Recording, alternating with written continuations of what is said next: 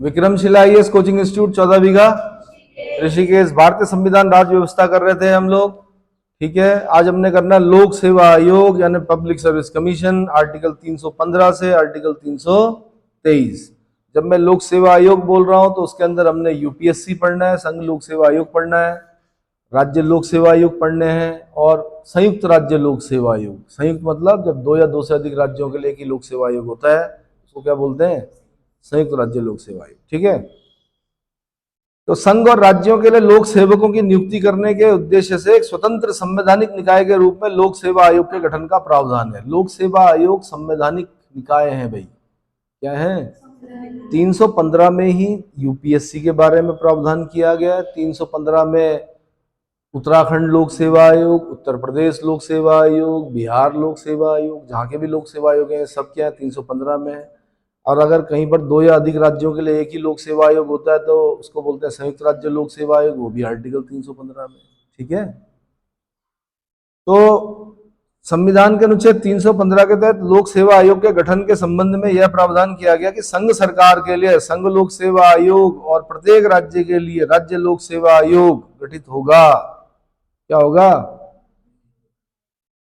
यदि दो या दो से अधिक राज्य चाहें तो उनके लिए संसद विधि द्वारा संयुक्त राज्य लोक सेवा आयोग या संयुक्त लोक सेवा आयोग का गठन का प्रावधान कर सकती है, किंतु इसके लिए प्रत्येक संबंधित राज्य के विधानमंडल द्वारा इस आशय का संकल्प पारित किया जाना आवश्यक है।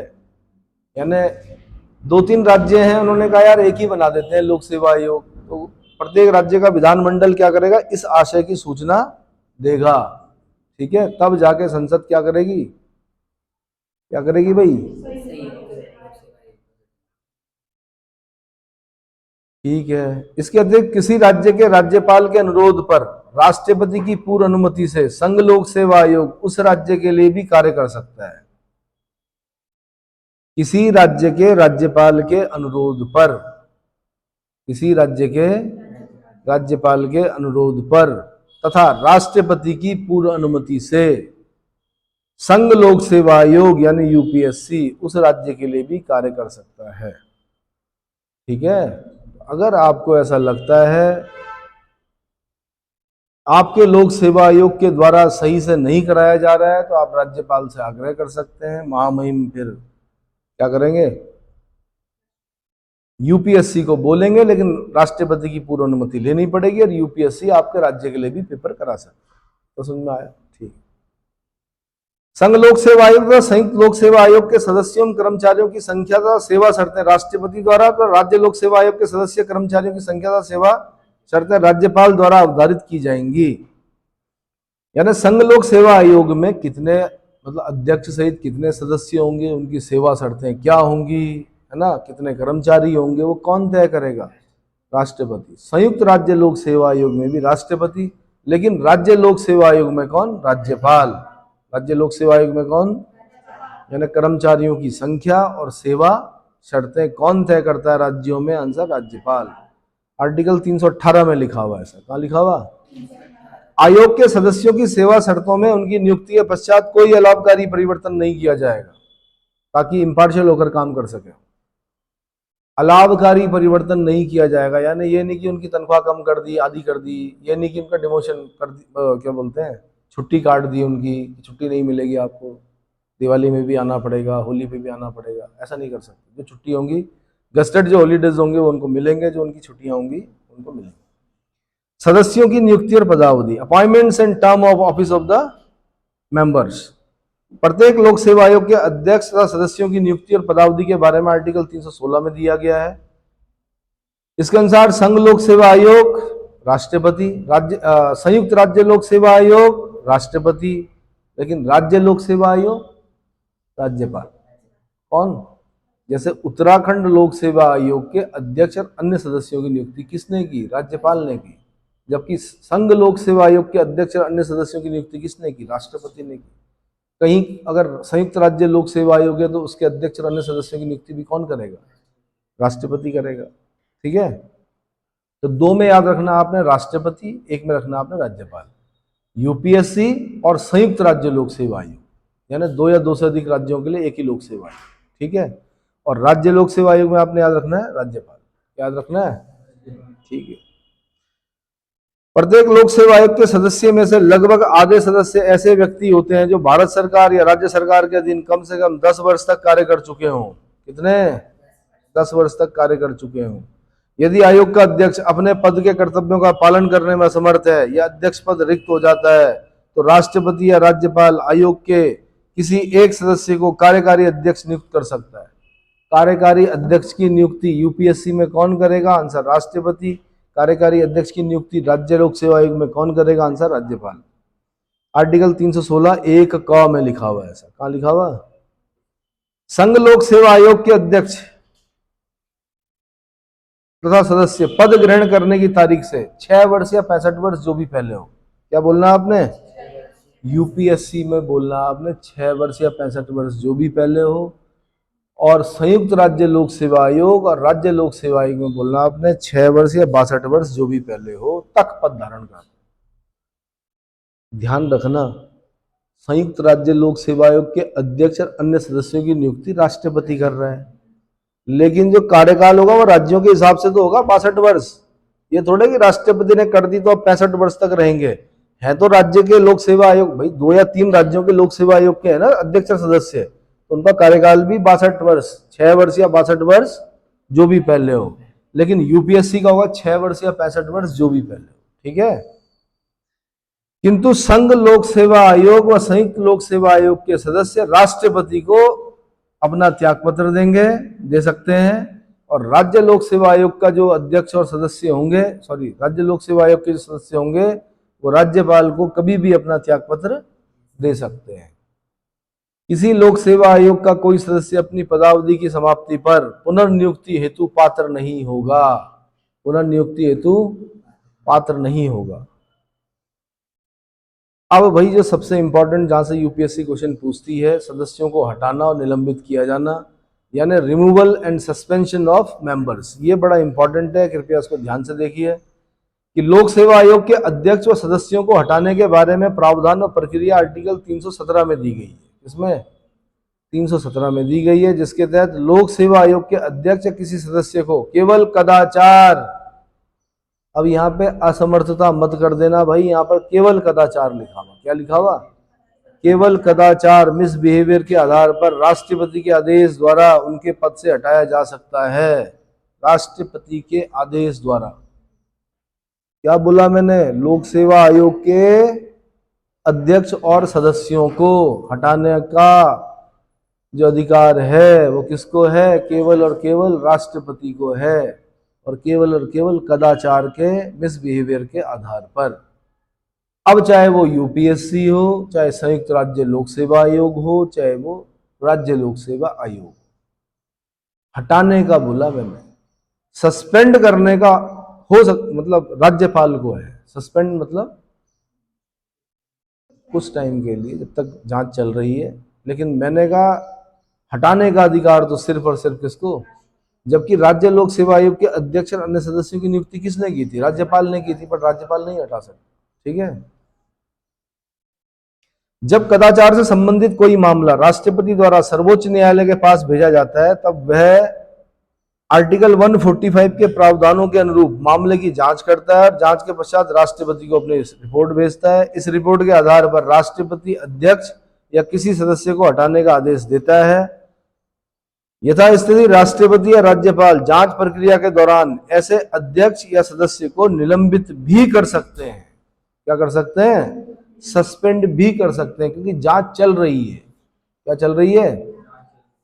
एक बार पंजाब में हुआ था ऐसा। पंजाब लोक सेवा आयोग का अध्यक्ष जो था, उन पर आरोप लगा कि 25-25 लाख रुपए देकर, क्या, बहुत पहले की बात है। तो जांच चलेगी तो ये थोड़े तब तक अध्यक्ष बने रहेंगे, आपको सस्पेंड किया जाएगा। भाई आपने 25-25 लाख रुपए को डायरी मिल गई थी जिसमें उनके नाम मिले, फिर उसको आपको पता है कि अगर गलती से आप पैसा देकर क्या कर रहे हो, बन रहे हो, तलवार हमेशा लटकी रहेगी, ठीक है। रिकवरी होगी पूरी, क्या होगी? ट्रेनिंग में जितना खर्चा होगा सारा पैसा वैसा, वेतन ग्रेचुइटी वगैरह जो भी चीजें होती सब वापस करनी पड़ेंगी आपको। इसलिए ईमानदारी से करो कार्य। तो राष्ट्रपति या राज्यपाल जांच प्रक्रिया के दौरान, अब राष्ट्रपति मैंने बोल दिया भाई कहां पर? संघ लोक सेवा आयोग में। राज्यपाल कहाँ पे बोल रहा हूँ मैं, राज्य लोक सेवा आयोग में। क्या कर सकते हैं, अध्यक्ष को क्या कर सकते हैं, सस्पेंड कर सकते हैं उस दौरान जब क्या हो रही हो। यदि लोक सेवा आयोग का अध्यक्ष या कोई सदस्य भारत सरकार या किसी राज्य द्वारा दी गई किसी संविदा या करार से संबद्ध होता है या लाभ प्राप्त करता है तो इसे कदाचार माना जाएगा। आपसे क्वेश्चन पूछेगा वो कदाचार का मतलब क्या है, यहाँ पर मिसबिहेवियर का मतलब क्या है। तो मिसबिहेवियर का मतलब यह है कि यदि लोक सेवा आयोग, अब जब मैं लोक सेवा आयोग बोल रहा हूँ तो संघ लोक सेवा आयोग, संयुक्त राज्य लोक सेवा आयोग और राज्य लोक सेवा आयोग का अध्यक्ष या कोई सदस्य भारत सरकार या राज्य सरकार, भारत सरकार या राज्य सरकार द्वारा दी गई किसी संविदा यानी कॉन्ट्रैक्ट या करार से संबद्ध होता है या लाभ प्राप्त करता है तो इसे कदाचार माना जाएगा और इस आधार पर उसके पद से हटाया जा सकेगा। निम्नलिखित परिस्थितियों में राष्ट्रपति लोक सेवा आयोग के अध्यक्ष सदस्यों को बिना कदाचार के भी उनके पद से हटा सकता है। कुछ परिस्थितियां ऐसी हैं वहां पे कदाचार की आवश्यकता नहीं पड़ेगी। नंबर 1, अगर वो इंसॉल्वेंट हो जाए, पता चला किसी लोक सेवा आयोग या यूपीएससी का अध्यक्ष जो है वो इंसॉल्वेंट हो गया, दिवालिया हो गया। दूसरा, जब वह अपने पदीय कर्तव्य से बाहर किसी सवेतन नियोजन में लग जाता है। यहाँ का लोक सेवा आयोग का अध्यक्ष भी बना हुआ कोई व्यक्ति और साथ में जॉब भी कर रहा है, गवर्नमेंट जॉब, तो दोनों चीजें नहीं चलेंगी। इवन मेंबर्स जो होते हैं कई बार आपकी यूनिवर्सिटी से आते हैं, कुमाऊं यूनिवर्सिटी से आते हैं, गढ़वाल यूनिवर्सिटी से आते हैं, केंद्रीय विश्वविद्यालय से आते हैं। भाई जब वो जॉब कर रहे होते हैं, जब वो लोक सेवा आयोग में आते हैं तब फिर वो वहां का वो नहीं करेंगे काम, ना वहां का वेतन उतन मिलेगा, तो उन्हें लोक सेवा आयोग का वो मिलेगा। ठीक है। और तीसरा, जब वह राष्ट्रपति की राय में अपने पद पर बने रहने के लिए मानसिक या शारीरिक रूप से सक्षम नहीं है। तो अब देखो ना, कॉन्स्टिट्यूशन में वहां पर सिर्फ कदाचार लिखा, लेकिन 3 इंसॉल्वेंट, सवेतन नियोजन और दूसरा मानसिक या शारीरिक रूप से सक्षम नहीं है तो हटा सकता है राष्ट्रपति उनको। ये तो समझ में आ गया। ठीक। आयोग के अध्यक्ष तथा सदस्यों के पर कुछ प्रतिषेध हैं, यानी prohibition on the chairman of members of PSC, public service commission. Article 319 में कहा गया है कि संघ लोक सेवा आयोग, राज्य लोक सेवा आयोग के अध्यक्ष एवं सदस्यों पर कुछ प्रतिबंध हैं। वो प्रतिबंध क्या है? नंबर 1, संघ लोक सेवा आयोग का अध्यक्ष भारत सरकार या किसी राज्य की सरकार के अधीन किसी भी पद को धारण नहीं करेगा। दूसरा प्रतिबंध है, किसी राज्य लोक सेवा आयोग का अध्यक्ष संघ लोक सेवा आयोग के अध्यक्ष या सदस्य के रूप में या किसी अन्य राज्य लोक सेवा आयोग के अध्यक्ष के रूप में पद धारण कर सकता है, लेकिन भारत सरकार या किसी राज्य सरकार के अधीन कोई पद धारण नहीं कर सकता। तीसरी बात बोली है कि संघ लोक सेवा आयोग के सदस्यों को उस आयोग के अथवा किसी राज्य लोक सेवा आयोग के अध्यक्ष के रूप में नियुक्त किया जा सकता है, लेकिन वह भारत या राज्य सरकार के अधीन किसी पद को धारण नहीं कर सकता। और चौथी बात बोली है कि किसी राज्य लोक सेवा आयोग के सदस्यों को संघ लोक सेवा आयोग के अध्यक्ष या किसी सदस्य के रूप में अथवा उसी या किसी अन्य राज्य लोक सेवा आयोग के अध्यक्ष के रूप में नियुक्त किया जा सकता है, लेकिन उसे भारत सरकार या किसी राज्य सरकार के अधीन किसी पद पर नियुक्त नहीं किया जा सकता। हरगोविंद पंत बनाम रघुकुल तिलक मामला, सुप्रीम कोर्ट 1979। राज्यपाल का पद राज्य के अधीन नियोजन नहीं है, अतः आयोग का पूर्व सदस्य राज्यपाल नियुक्त किया जा सकता है। क्या किया जा सकता है? राज्यपाल नियुक्त किया जा सकता है। अगला इंपॉर्टेंट पॉइंट है लोक सेवा आयोग के कृत्य। लोक सेवा आयोग के functions of public service commission, question बन सकता है मेंस में। आर्टिकल 320 के तहत, सबसे पहले आर्टिकल याद करना आपने 320। आर्टिकल 320 के तहत लोक सेवा आयोग के जो कृत्य हैं उनका वर्णन दिया गया है। पहला, संघ लोक सेवा आयोग संघ की सेवाओं तथा राज्य लोक सेवा आयोग राज्य की सेवाओं में नियुक्ति के लिए परीक्षाओं का संचालन करेगा। यूपीएससी क्या कराता है? परीक्षाओं का संचालन। लोक सेवा आयोग उत्तराखंड, लोक सेवा आयोग उत्तर प्रदेश क्या कराता है? परीक्षाओं का संचालन नियुक्ति के लिए, है ना। यदि 2 या 2 से अधिक राज्य संघ लोक सेवा आयोग से यह अनुरोध करें, इससे यूपीएससी से यह अनुरोध करें कि वह किसी विशेष सेवा के लिए संयुक्त भर्ती की योजना बनाने और लागू करने में उन राज्यों की सहायता करे, तो संघ लोक सेवा आयोग ऐसी सहायता के लिए कर्तव्यबद्ध होगा। 2 या अधिक राज्य अगर आग्रह करते हैं तो संघ लोक सेवा आयोग उनके लिए परीक्षाएं आयोजित करा सकता है। क्या कर सकता है? तीसरा, यथास्थिति संघ लोक सेवा आयोग या राज्य लोक सेवा आयोग से अधोलिखित विषयों में परामर्श किया जाता है। नंबर 1, सिविल सेवाओं में भर्ती की पद्धति से संबंधित सभी विषयों पर। जैसे भाई अभी उत्तराखंड में सुना आपने कि उत्तराखंड के 2 पेपर डाल दिए गए, 1 और 2। किससे पूछा गया होगा? उत्तराखंड लोक सेवा आयोग से पूछा गया होगा। सिविल सेवाओं में भर्ती की पद्धति से संबंधित सभी विषयों पर क्या किया जाएगा? परामर्श किया जाएगा। जब आयोग बोलेगा ओके, तब ठीक माना जाएगा उसको। संघ लोक सेवा आयोग में पहले मैंने कहा सब्जेक्ट हुआ करते थे, 2 सब्जेक्ट होते थे, जीएस होता था। सब्जेक्ट की जगह पे क्या किया गया? जीएस कर दिए गए, 4 पेपर किए गए। बाद में फिर सीसेट भी लाया गया। तो हर एक बार में संघ लोक सेवा आयोग से परामर्श किया गया हो। जब भी कोई चीज प्रक्रिया में चेंज किया जाता है तो क्या किया जाता है? इनसे परामर्श लिया जाता है। दूसरा, सिविल सेवाओं की नियुक्ति में अनुसरण किए जाने वाले सिद्धांतों पर।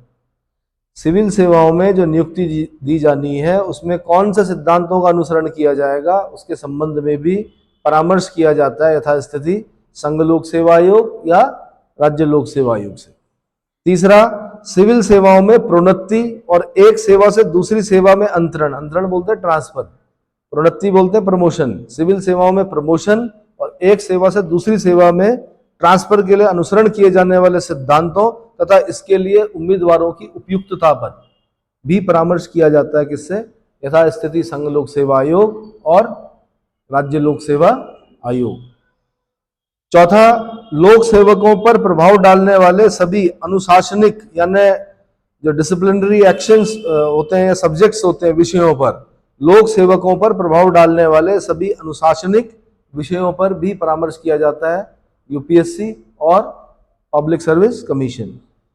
अगला, लोक सेवकों द्वारा दिए गए ऐसे खर्चे के दावों यानी क्लेम्स पर जो लोक सेवक के रूप में उसके द्वारा किए गए किसी कार्य के विरुद्ध संस्थित किसी विधिक कार्यवाही के कारण उसे उठाना पड़ा हो, उसमें भी जो परामर्श लिया जाता है यथास्थिति यूपीएससी और राज्य लोक सेवा आयोग से। लोक सेवकों के रूप में कार्य करते हुए किसी व्यक्ति को हुई क्षति के बारे में पेंशन के किसी दावे या रकम यानी अमाउंट विषयक प्रश्न पर। अगला, कोई अन्य विषय जिसे यथास्थिति राष्ट्रपति या राज्यपाल उन्हें निर्देशित करे। राष्ट्रपति या राज्यपाल उन्हें निर्देशित करे, किंतु संघ के अधीन सेवाओं के संबंध में राष्ट्रपति या राज्य के अधीन सेवाओं के संबंध में राज्यपाल उन विषयों को विनिर्दिष्ट करने वाले विनियम बना सकता है जिनमें लोक सेवा आयोग से परामर्श किया जाना आवश्यक नहीं होगा। यह विनियम राज्य के विधानमंडल या संसद के समक्ष कम से कम 14 दिन के लिए प्रेषित किए जाएंगे। आर्टिकल 320 में लिखा हुआ है। किसमें लिखा हुआ है?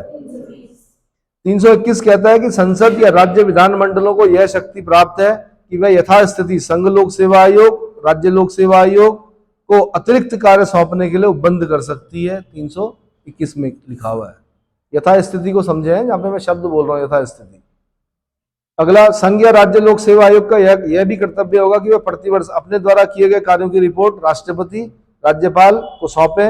राष्ट्रपति या राज्यपाल ऐसी रिपोर्ट प्राप्त होने पर यथास्थिति संसद या राज्य विधानमंडल के समक्ष रखवाता है। आर्टिकल 323 में लिखा हुआ है। और रिपोर्ट क्या होती है? यही तो होती है कि क्या किया, कितनी भर्तियां, कितने लोग, कौन कौन नियुक्त, कौन किस पद पर जाता है। अब लोक सेवा आयोग की स्वतंत्रता के लिए क्या प्रावधान किए गए हैं? जैसा कि हमने सुप्रीम कोर्ट में पढ़ा था, हाई कोर्ट में पढ़ा था, सबऑर्डिनेट कोर्ट में पढ़ा था, ऐसे ही लोक सेवा आयोग इम्पार्शियल होकर काम करे, स्वतंत्रता पूर्वक काम करे, उसके लिए क्या प्रावधान किए गए हैं, यानी freedom of public service commission. तो लोक सेवा आयोग की स्वतंत्रता एवं निष्पक्षता सुनिश्चित करने के लिए संविधान द्वारा कुछ उपबंध किए गए हैं। जैसे आयोग के अध्यक्ष की एवं अन्य सदस्यों की नियुक्ति नियत पदावधि के लिए की जाती है। पढ़ा था 6 वर्ष या 65 वर्ष जो भी पहले हो, 6 वर्ष या 62 वर्ष जो भी पहले हो, पढ़े थे ना। संघ लोक सेवा यूपीएससी के स्थिति में 6 वर्ष 65 वर्ष और राज्य लोक सेवा आयोग की स्थिति में 6 वर्ष 62 वर्ष। तो आयोग के अध्यक्ष एवं सदस्यों की नियुक्ति नियत पदावधि के लिए की जाती है तथा उन्हें राष्ट्रपति द्वारा संविधान में दिए गए आधार तथा प्रक्रिया के अनुसार ही उनके पद से हटाया जाता है। चाहे यूपीएससी हो, चाहे संयुक्त लोक सेवा आयोग हो, चाहे राज्य लोक सेवा आयोग हो, तीनों स्थिति में हटाने का अधिकार सिर्फ और सिर्फ किसको है? राष्ट्रपति को। लेकिन उसके लिए भी एक प्रक्रिया से जाना पड़ता है, उच्चतम न्यायालय की प्रक्रिया से होकर जाना पड़ता है। दूसरा, आयोग के सदस्यों की सेवा शर्तों में उनकी नियुक्ति के बाद कोई अलाभकारी परिवर्तन नहीं किया जाएगा। कोई भी लाभकारी परिवर्तन नहीं किया जाएगा। ये नहीं कि उनका वेतन आधा कर दिया, छुट्टी काट दी, है ना, पेंशन रोक दी, ऐसा नहीं किया जा सकता। अगला, आयोग के व्यय यथास्थिति भारत या राज्य की संचित निधि पर भारित होते हैं। कहाँ लिखा हुआ? 322 में लिखा हुआ। वैसे तो कौन कौन से व्यय भारत की संचित निधि पर भारित हैं वो कहाँ लिखा हुआ है? आर्टिकल 112 के 3 में लिखा हुआ है। राज्य के जो लिखे हुए हैं 202 के 3 में लिखे हुए हैं। ठीक है, तो मैंने कहा आयोग अगर यूपीएससी है तो वो भारत की संचित निधि पर भारित होगा, और जो राज्य लोक सेवा आयोग है वो राज्य की संचित निधि पर भारित होगा, और जो संयुक्त राज्य लोक सेवा आयोग है नहीं, वो भी राज्य की संचित निधि पर। अब राज्यों में बटेगा वो, कुछ इसकी संचित निधि से, माना 3 राज्य है तो तीनों की संचित निधि से निकाल कर उस पर व्यय किया जाएगा। समझ में आया? भारत की संचित निधि पर नहीं। हाँ, यहीं पर दिमाग लगाना है भाई, 3 राज्य है, मिलके देंगे। क्यों? आयोग के सदस्य पदावधि की समाप्ति पर पुनर्नियुक्ति के लिए पात्र नहीं होंगे। पुनर्नियुक्ति के लिए पात्र नहीं होंगे, लेकिन राज्यपाल बन सकते हैं भाई। क्या बन सकते हैं? गलत है, नहीं होना चाहिए।